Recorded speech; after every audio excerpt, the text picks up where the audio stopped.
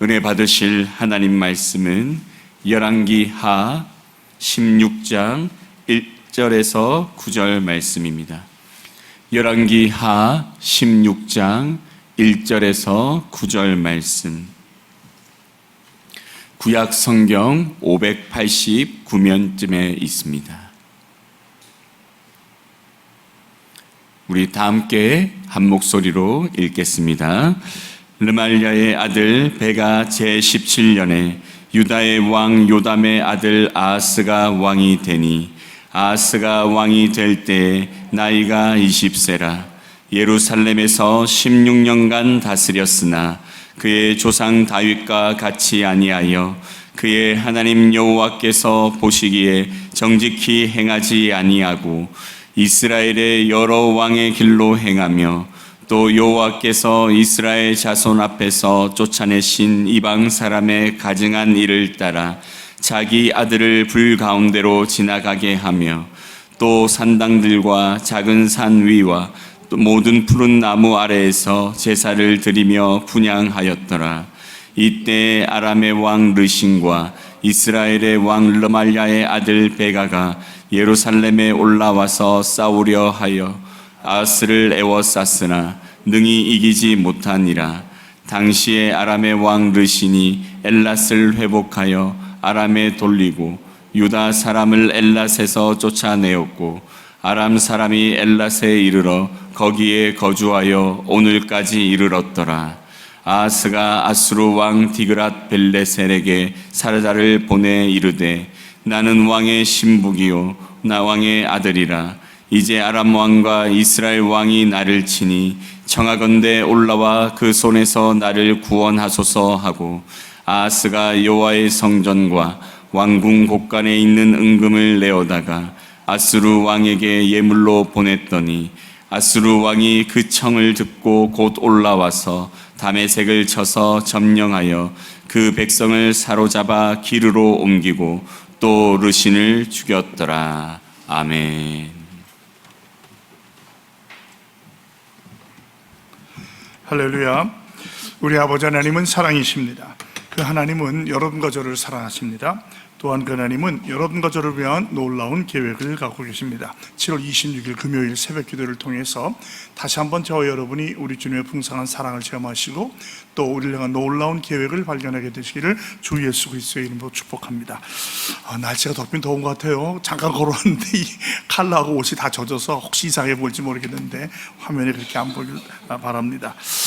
오늘 저는 봉독할 말씀을 중심으로 특별히 2절의 말씀을 가지고 다윗과 같이 하나님께 정직하게 라고 하는 제목으로 여러분과 함께 은혜를 나누기 바랍니다. 한번 따라해 주시기 바랍니다. 다윗과 같이 하나님께 정직하게.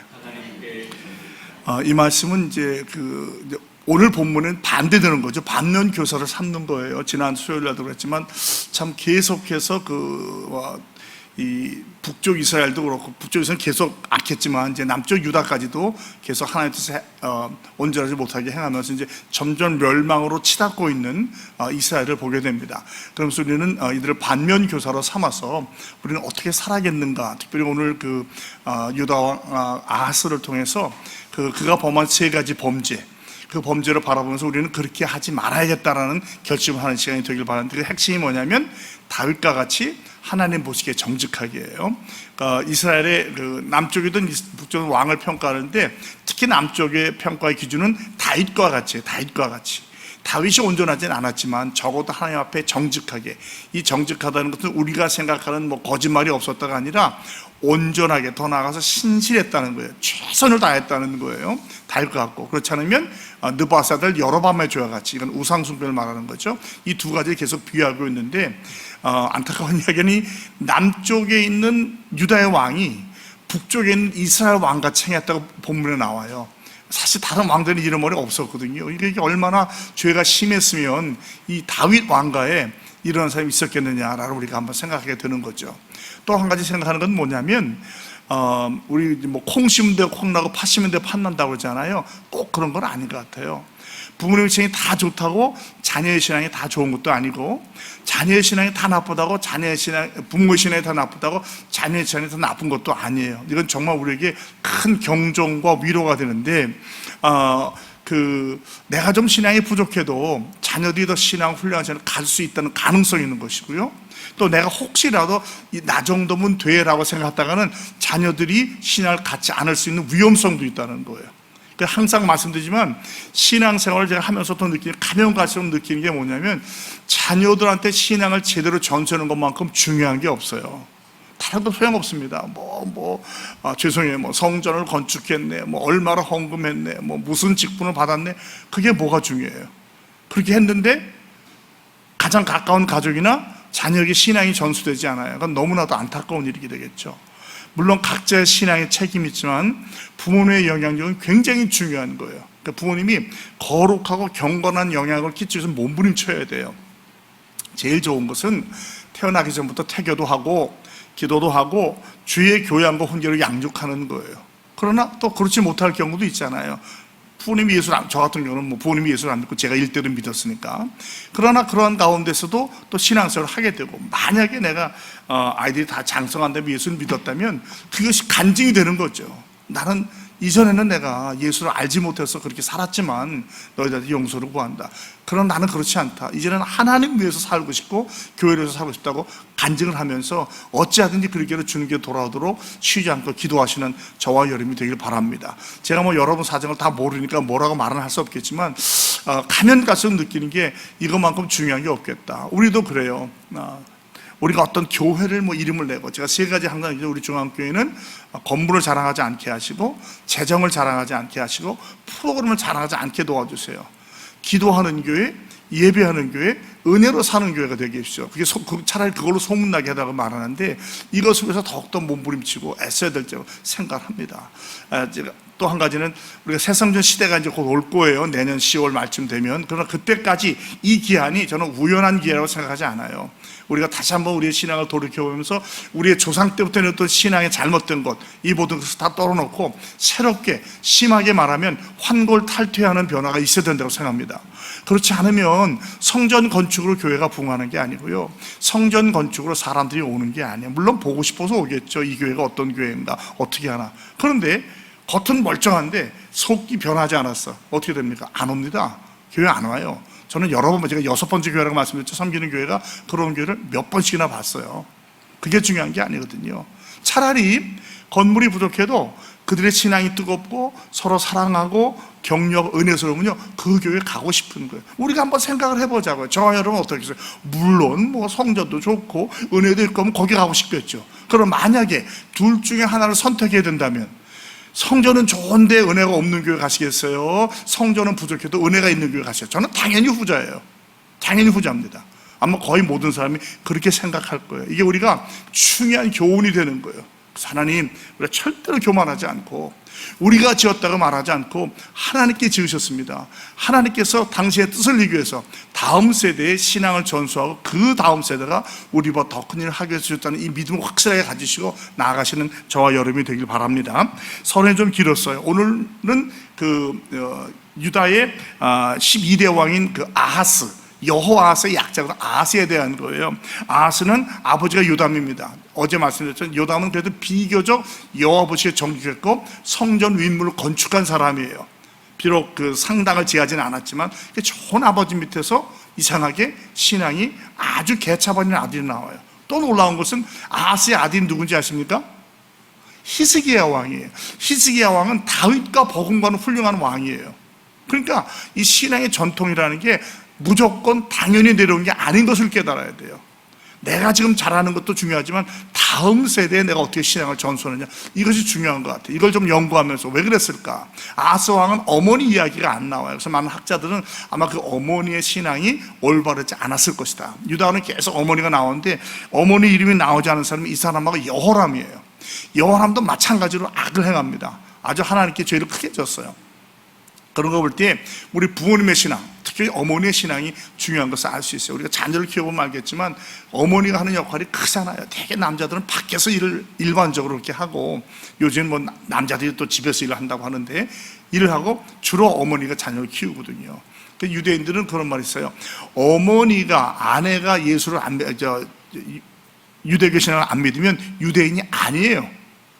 그러니까 어찌 보면 목의 싸움입니다. 유대는요, 부모 따라서 가는 게 아니라, 어머니가 만약에 내가 유대인인데 내 아내가 유대신을 갖고 있지 않잖아요. 그럼 내 자녀들은 유대인이 아니에요. 안 쳐줘요. 그렇게요.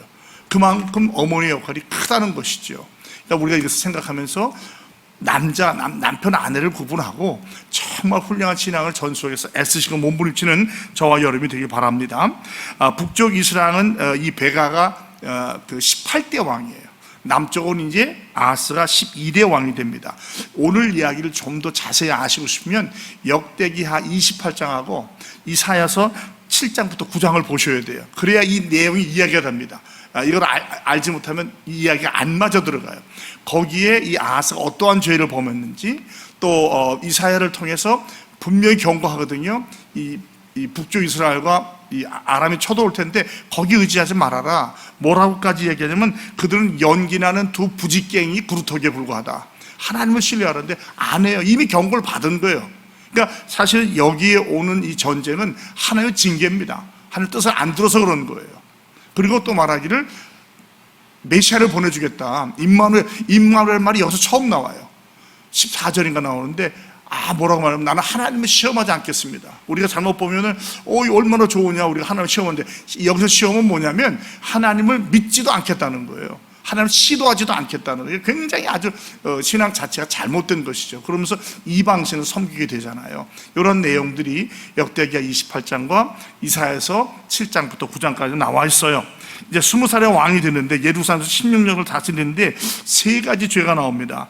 크게 말하면 우상을 섬겼다. 이방 종교였어요. 두 번째로 말하면 전쟁을 만든 거예요. 자기의 죄로 인해서. 그냥 들어온 게 아니니까. 세 번째는 성전의 모든 기물을 이방인한테 주는 거예요. 많은 경우에 문화함도 그렇지만 자기들이 잘못해서 어려움을 당할 때 아마 이길 수 있는 방법은 그거밖에 없겠죠. 인간적으로 본다면 우리가 살아야 되니까 지금 무슨 재물이 중요하겠느냐, 먼저 주고 살아야지. 그런데 그렇게 하고 제대로 된 왕조가 없어요. 하나님을 의지하지 않기 때문입니다. 구체적으로 그들이 우상을 섬기는 이야기가 2절에 나와 있는데, 첫 번째는 그의 조상 다윗과 같이 아니했다는 것이죠. 그러니까 이게 굉장히 중요한 거예요. 다윗이 온전하지 않지만 그래도 다윗은 죄를 깨닫게 했을 때 눈물로 침상을 적시며 기도했고 하나님께 바르게 살려고 애썼잖아요. 우리아의 아내이라고 인구조사하는 거 빼놓고는 그 하나님의 마음에 합한 자가 됐다고 했어요. 저와 여러분이 하나님 마음에 합한 자들이 되기를 주님의 이름으로 축복합니다. 두 번째는 뭡니까? 여호와 보시기에 정직하게 하지 않았다는 거죠. 다시 말씀드립니다. 정직은 온전하다, 하나 틀린 것이 없다 아니라 최선을 다하면서 신실하게 살려고 노력했다는 거예요. 우리가 인간인데 왜 죄가 없겠어요? 본이든 본이 아니든 실수를 하든 의도적으로 하든 거짓말도 하고 또 남을 미워하기도 하고 시기하기도 해요. 그래요, 안 그래요? 여러분 안 그렇습니까? 저는 그래요. 제 의도가 아니라도 죄를 범할 때가 있거든요.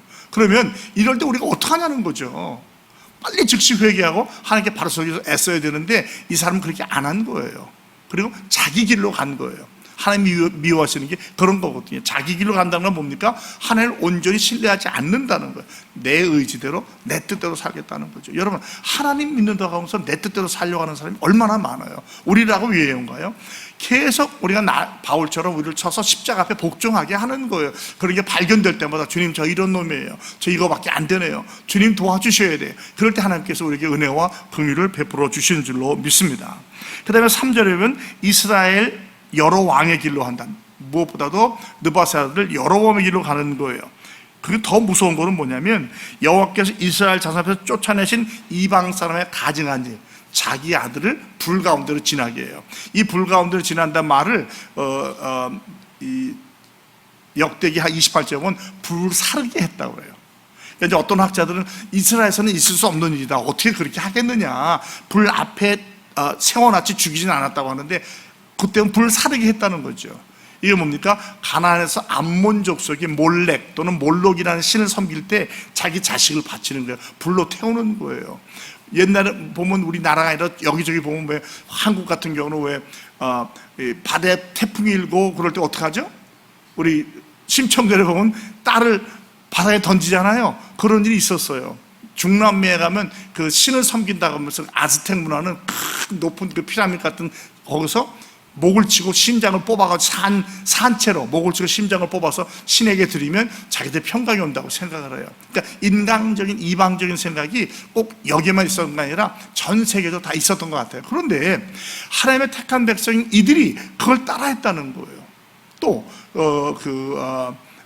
가나안 중에서도 금오스를 섬기 같은 거예요. 비슷한 인신 제사를 드리는 거예요. 하나님께서 기뻐하시지 않는 게 뭐예요? 다윗 왕처럼 순전하지 않았다. 또 하나님 앞에 정직하지 않았다. 이방신을 섬기는데 그 중에서도 인신 제사를 드렸다는 거예요. 하나님께서 가장 미워하시는 거거든요. 신명기 18장 9절로 12절 한번 꼭 찾아보시기 바랍니다. 하나님께서 미워하시는 게 있는데 죽은 혼을 부른다든지 이런 이방신을 찾아간다든지 하는 거 하나님께서 절대로 기뻐하지 않으셔요. 근데 이걸 알면서도 그 길로 갔던 거죠. 하나님께서 기뻐하지 않는 거예요. 산당과 사절, 작은 산, 푸른 나무에서 자기가 제사를 드리며 분양해요. 다른 왕들은 그걸 금하지 않았는데 이 사람은 더 나아가서 자기가 제사를 드렸다는 거예요. 그러니까 이것이 두 가지로 있을 수 있어요. 자기가 생각하고 있는 잘못하면 하나님일 수도 있는 것이고 우상일 수도 있어요. 그러나 어느 것이든지 솔로몬 시대의 왕 성전이 세워진 다음부터는 허락되지 않는 겁니다. 그런데 이 사람은 직접 자기가 가서 제사한다는 거죠. 우리도 길가에 지나다 보면 옛날에 보면 뭐 성황당 있잖아요. 뭐 큰 나무 있으면 신령한 나무라서 거기다 뭐 돼지 뭐 제사물도 갖다 놓고 그렇게 하잖아요. 여러분 그런 거 보셨어요? 저는 어렸을 때 봤어요. 제가 살던 그 음성군 생기면 오생리의 길머리에 큰 나무가 있는데 거기는 항상 먹을 것이 있어요. 항상 갖다 놓는 거예요. 돌도 쌓아놓고. 그러니까 그들은 그걸 신으로 하는 거죠. 일반적으로 나무가 크고 무성하면 다산을 상징해요. 보호를 상징해요. 그러니까 가서 거기다, 그리고 또 우리는 말하면 뭐 천하대장군, 지하여장군 놓고 가서 이렇게 비고 가잖아요. 이런 걸 말하는 거예요. 그러니까 다윗 왕가에서 어떻게 이런 일이 생겨날 수 있을까? 이상하지만 우리는 경계로 삼아야 돼요. 우리 집안에는 이런 일이 없을 거야. 나와 내 아니요, 그렇지 않습니다. 그러니까 정말 자식은 부모님들이 세상 떠난 날까지 놓고 기도해야 되는 거예요. 이 정도는 됐지. 우리 아들이 이런 직분 받았으니까 괜찮을까? 아니요, 그렇지 않습니다. 어느 순간에 넘어드시는 거예요. 그래서 이걸 놓고 계속 기도하시는 저와 여러분이 되길 바랍니다. 그 다음에 5절에 바로 이럴 때, 이렇게 우상숭배할 그때에 아람 왕 르신과 이스라엘 왕 르말레의 아들 베가가 연합군을 만들어서 예루살렘에 와서 싸우려 했는데 아스로 에오사스나 능히 이기지 못할, 요게 역대기야 28장을 안 보면 이해하지 않는 거예요. 능히 이기지 못했으니까 이겼을 것 아니에요. 그렇지 않습니다. 그 북이스라엘 베가가 와가지고요, 이스라엘 백성 12만 명을 죽여요. 20만 명을 그 포로로 잡아갑니다. 예루살렘은 하나님께서 다윗 왕조에 주신 언약 때문에 지켜졌을지 모르지만 엄청난 피해를 당하는 거예요. 왜? 하나님의 뜻대로 살지 않았기 때문에. 이미 이사야 선지자를 통해서 그렇게 하지 말라고 했음에도 불구하고 그렇게 하니까 그 결과로 하나님이 이 둘을 쳐서 인생 막대기를 쳐서 어렵게 하는 것이죠. 이스라엘은 북쪽과 남쪽이었죠. 북쪽은 이스라엘, 남쪽은 유다예요. 이 아래는 이집트가 있어요. 지금 이집트는 나오지도 않아요. 그 위 이스라엘 옆에 동쪽으로 아람이 있어요. 북동쪽으로 그 수리아가 있습니다. 그러니까 이제 이 수리아가 침략하려고 하니까 이 북쪽 이스라엘이 겁이 나니까 아람과 동맹을 해요. 그러면서 유다 보고도 동맹을 맺자고 그러니까 아스가 난 안 한다고 그래요. 그러니까 이제 겁이 나죠. 그러니까 너 우리하고 동맹 안 해? 그리고 쳐들어온 거예요. 그래서 이 아스 왕의 계산에는 이 둘이 쳐들어올 때 내가 이쪽으로 돌아가서 아수르한테 요청을 하면 아수르가 이를 공격하면 난 살 수 있지 않겠냐. 인간적인 방법을 취하는 거예요. 세상적인 방법을 본다면 정치적으로, 전략적으로, 외교적으로 그럴 수 있어요. 그러나 이미 그 전에 이사야를 통해서 그들을 믿지 말아라, 하나님을 의지하라는데 그걸 안 믿는 거예요. 여러분, 우리에게 얼마나 중요한 게 선택입니까? 어려움을 당할 때, 잘 될 때는 몰라요. 그냥 지나가는 거예요. 어려움을 당할 때 뭘 선택하냐는 거예요. 하나님 세상 방법을, 야야 그거 안 돼도 하나의 방법을 택할 것이냐, 아니면 합리적이고 이성적이고 그게 맞는 것 같다는 세상 방법적인 방법을 택할 것인가. 그게 항상 우리에게 선택의 기로인 거예요. 그러니까 적어도 우리가 하나님을 섬긴다고 하면 여기서 날마다 선택하지 않으면 우리라고 이렇게 되지 말라는 법이 없어요. 그거 뭐 세상에 다 그런데 그거 우리가 어떡합니까? 하나님은 그걸 기뻐하는 게 아니에요. 왜냐하면 이미 성경을 통해서 계속해서 경고의 말씀을 주시거든요. 이건 남 얘기인가요? 우리한테 지금 하시는 말씀 아니에요. 너희들에게 상황은 다를지 몰라도 비슷한 때가 올 거다. 그럼 너 어떻게 할 거냐? 그걸 계속 우리한테 요구하시는 거예요. 항상 하나님 편에 서기로, 죄에서 쫓기로 우리가 선택하시는 저와 여러분이 되기를 주님의 이름으로 부탁드립니다. 하나님 의지해야 되는 거예요. 그래서 이때 아람 왕 루신이 와가지고 엘랏을 자기네로 원래 그 엘랏이 아람 땅이었는데 우시아 때 뺏었어요. 뺏은 걸 도로 뺏긴 거예요. 그러니까 그래가지고 다 그 이스라엘 사람들이 쫓아나고 아람 사람들이 옵니다. 그때 7절에 기가 막힌 일이 일어나죠. 아하스가 아수르 왕 디글랏빌레살에게 사자를 보내요. 그러면서 하나님께만 해야 되는 말을 그 사람한테 합니다. 나는 왕의 신복이요 왕의 아들이다. 이제 아람 왕과 이스라엘 왕이 나를 청하는데 올라와 그 손에서 나를 구원하소. 요거를 앞에 점만 빼면 바로 하나님께 하는 기도예요. 그러니까 이 사람은 하나님을 온전히 아는 게 아니라 이 디글랏벨에서는 하나님으로 아는 거예요. 여러분, 디글랏벨에서 절대로 이들에게 좋은 일 안 했습니다. 그럼에도 불구하고 인간적인 방법으로 보니까 우리를 공격하는 북이스라엘과 아람을 침략하면 그 위에 있는 사람이다. 그럼 우리가 살겠다고 하는 거예요. 우리가 이 세상이요, 우리가 생각대로 되지 않아요. 계획대로 되지 않습니다. 이 세상에 일어날 일 보세요. 우리 한국도 마찬가지예요. 뭐 열강 속이겠죠. 뭐 중국, 소련, 미국, 일본 다 있지만 그들을 의지한다고 되는 게 아니에요. 뭐 미국과 동맹 좋아요. 그러나 거기만 의지하면 안 돼요. 하나님을 의지하고 하나님이 주신 지혜로 살아가는 줄을 믿습니다. 우리가 어디에 사는 건 그리 중요하지 않아요. 많은 경우에 우리의 원대로 되지 않아요. 우리의 선택대로 되지 않습니다. 그러나 하나님께서 보내주셨다는 믿음을 가지고 그 자리에서 어떻게 내가 하나님을 경외하며 사느냐, 그게 중요한 거예요. 그러니까 이제 우리 같은 한국 같은 나라는 정말 지혜롭게 등거리 외교를 하면서 잘 해야 되겠죠. 그러니까 지도자들이 얼마나 힘들어요. 여러분 대통령들 보세요. 몇 년 사이에 머리가 하얗게 새고 바싹바싹 늙어버려요. 미국도 마찬가지예요. 얼마 전에 며칠 전에 봤더니 오바마 대통령이 카멜라 해리스를 추천하고 나왔는데 완전히 그냥 백발 할아버지가 됐더라고요. 젊은 사람 같은, 제일 젊은 사람인데도요. 그런 일이 생기는 거예요. 그러니까 옳건 그르건 간에 나라의 대통령에서 일국의 대통령 나라를 끌어가니까 얼마나 힘들겠어요. 여러분, 국가에서 제일 중요한 게 뭐예요? 저는 국방이라고 생각해요. 그 다음에 경제예요. 그리고 정치 문화로 가는 거거든요. 그러니까 지도자들은 국방 때문에 애를 써야 되는 거죠. 그러나 이 국방이 세상적인 우리 예를 들면 교회에서 담임 목사에게 제일 중요한 게 뭡니까? 교회를 지키는 거예요. 영적으로. 그렇잖아요. 만약에 은혜롭게 한다고 하는데 은근히 마귀 사탄도 들어와, 이방도 들어와, 이단도 들어와, 그러면 그냥 교회는 콩가루 집으면 되는 거예요. 어떻게 지키느냐? 그럴 때 다른 게 아니라 건물로 지킨다, 재정으로 지킨다, 프로그램을 지킨다가 아니라 말씀밖에 없는 줄을 믿습니다. 말씀과 기도로 지키는 거예요. 그래서 제가 여러분들을 새벽기도의 용사라고 하는 거예요. 여러분, 모든 사람으로 교회를 지켜지는 게 아니에요. 우리가 80, 20 원칙이 있죠. 경제적으로 20%가 80%의 부를 갖고 있고 20%가 80%의 일을 하는, 저는 10%라고 생각을 해요. 그게 11조 정책이라고 생각합니다. 새벽 기도도 주일날 나오는 성도의 10의 1조는 해야 되지 않느냐. 우리 같은 경우는 이제 1000명, 1100명 때는 적어도 100명 정도는 나와야 되지 않느냐. 지금 같은 경우는 한 750명 되니까 한 75명 정도는 나와야 되지 않겠는가. 거의 비슷해요. 저 한 40명, 여름에는 50명까지 가고, 또 인터넷으로 보는 분 보면 80에서 100명이 되긴 합니다만은 더 많은 분들이, 그건 최소죠. 최소예요. 그렇게 해서 교회를 지키지 않으면요, 교회가 쉽게 그렇게 지켜지는 데가 아니에요. 정말 우리가 신경 써야 됩니다. 이런 것을 통해서 깨달으시길 바랍니다. 그러면서 여호와의 성전과 왕궁 곳간에 있는 은금을 다 왓수론한테 예물로 보냅니다. 여호와의 성전에 있는 기물은 뭐냐면 대개 전쟁에 나가서 승리했을 때 이긴 전리품을 헌물로 드리는 거예요. 왕궁의 공간에 있는 것은 백성들이 세를 내는 거예요. 그러니까 그 나라의 재정, 국고를 다 이방 왕한테 줘버리는 거예요. 그러면 살 줄 아는 거죠.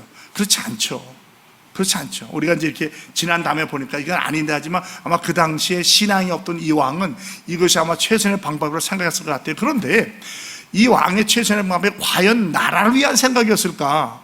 자기가 살기 위한 생각이었을까는 우리가 한번 생각을 해봐야 되는 거죠. 우리 자신이 중요한 것인가? 하나님의 영광이 중요한 것인가? 그런데 이 열왕기나 역대기를 보면 많은 경우에 악한 왕들은 나라를 생각하기보다는 자기를 생각하는, 자기를. 그러니까 이미 그 하나님 뜻에 맞지 않는 거죠. 혹시 우리도 신앙을 나를 위한 신앙으로 지키려고 하는 것은 아닌가? 여러분, 그게 없을 수는 없겠으나 그것이 신앙의 궁극적인 목적이 되어서는 안 되잖아요. 하나님의 영광을 위해서, 주를 위해서, 교회를 위해서, 잃어버리는 위해서 애쓰시는 저와 여러분이 되길 바랍니다. 이 아하스가 나중에는요, 이제 내일 보면 알겠지만 디글라필에서 찾아가지고요,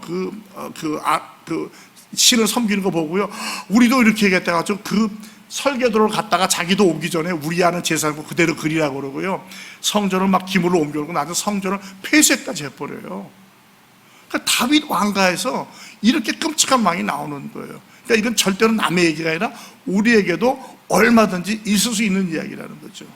가까이 보면요, 어떤 분은 목회자의 아들이라고 다 신앙생활하는 것도 아니고요, 내 아들이 다 신앙생활하는 것도 아니잖아요. 여러분 주위에 보시잖아요. 그러니까 우리는 그저 하나님께 매달리고 기도할 수밖에 없어요. 주님께서 은혜와 긍휼을 베풀어 주셔서 정말 우리 자손들이 신앙생활을 잘할 수 있도록 위해서 기도해야 될 줄 믿습니다. 물론 내가 내 자손이 안 믿는다고 천국 못 가는 건 아니에요. 천국 가겠죠. 그러나 저는 확실한 건 하나님께서 분명히 물어보실 것 같아요. 너 네 자식 어떻게 했냐? 걔들 신앙 어떻게 된 거냐? 그때 우리가 어떻게 대답하겠냐는 거죠. 그래서 애쓰고 더욱더 기도해야 할 줄로 믿습니다. 자, 이제 아수르이 와서 다메섹을 치고 또 르신을 죽였는데, 여러분 이거 하나 때문에요, 이스라엘이 30년 동안 아수르의 속국이 됩니다. 30년 동안. 이 한 선택 때문에. 그러니까 지도자 한 사람의 선택이 이렇게 큰 영향을 끼치는 거예요. 그래서 여러분들이 대통령을 위해서, 위정자를 위해서, 저를 위해서, 교육자를 위해서, 당회를 위해서 기도하셔야 되니까 우선순위예요. 우선순위. 제가 항상 말씀드리지만, 여러분 교회에서는요, 담임 목사여서 제일 먼저 기도해야 돼요. 제가 잘났다는 게 아니에요. 위험하기 때문에. 지도자 하나가 넘어지고 그냥 끝장나버려요. 이단으로 간다든지 막 이상 속여가지고 잘못 길로 가면요, 교인들은 뭣도 모르고 따라가는 거예요. 얼마나 위험한 겁니까? 그래서 항상 대통령을 위해서, 항상 목회자 위해서 기도하셔야 돼요. 하나님 앞에 바로 설 수 있도록 말씀과 기도와 찬양으로 은혜 가운데 설 수 있도록 기도해 주시기 바랍니다. 말씀 맺겠습니다. 이 아하스 왕의 죄가 뭡니까?